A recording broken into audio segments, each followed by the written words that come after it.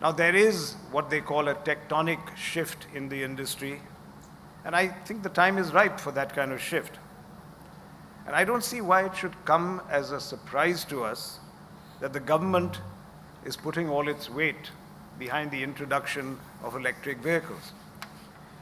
I was a speaker at the MOVE summit in Delhi in September 2018, where the Prime Minister shared what I thought was a bold, well thought out, and holistic vision for the future of mobility, and he publicly committed to it.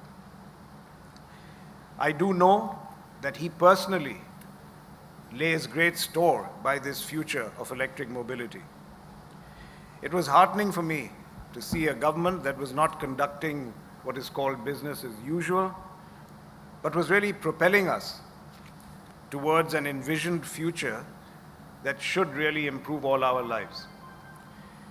And frankly, that kind of thinking was fully in sync with the thinking in the Mahindra Group. And we are fully on board with that line of thinking. Because who could quarrel with a vision for a mobility system that is gentler on the planet? Who could quarrel with a system that frees us from the dependence on expensive imported fossil fuels?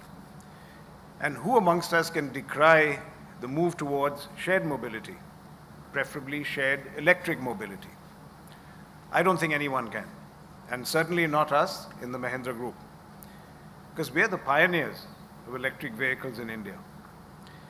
But I must tell you, people really think that we first got into electric vehicles with the acquisition of Reva, the Bangalore-based Reva, in 2010. But let me tell you, Mahindra made the first electric three-wheeler christened Bijli 20 years ago, in 1999.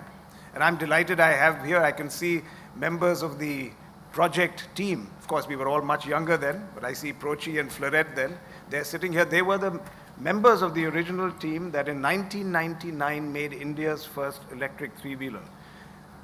So please understand, we have always been focused on the future. Perhaps we were ahead of our time. It was a small group of people. We ultimately didn't go into large-scale commercial production with that, but we did several pilot projects. In fact, I've had many people who come back from Vaishno Devi telling me they occasionally see a Mahindra Bijli flying around in that area. So the basic point I'm saying is that the Mahindra Group has long been committed and engaged with electric vehicles. And we are future ready for it. We're just waiting for the wave to rise. I can see a clear and achievable goal to make India the global hub for electric vehicles. The global hub for electric vehicles. India can, and in my opinion will be, the greatest consumer of shared electric mobility. To become a global hub, we must also become the largest manufacturer. And we have to own the R&D and the technology as well. The Niti Aayog CEO recognized this when he said recently that we would never be an importing nation in the field of electric vehicles. But this implies setting up a very robust R&D and supply chain infrastructure. So I hear opportunity knocking. I see a one-time opportunity for government and industry to work together to invest in manufacturing, R&D, and the supply chain, and thus make India the undisputed global hub of the electric vehicle world. It's possible. It can be done, and we have to do it. So my call is that let us join forces to consciously create the infrastructure and the ecosystem that India needs to become this global EV hub. Let's combine the skills of industry and the reach of government to bring about change.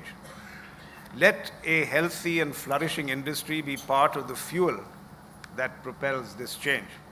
We need a joint transition plan that takes care of the economy, the environment, and people. What we need to do is that we need to talk, we need to act, we need to move.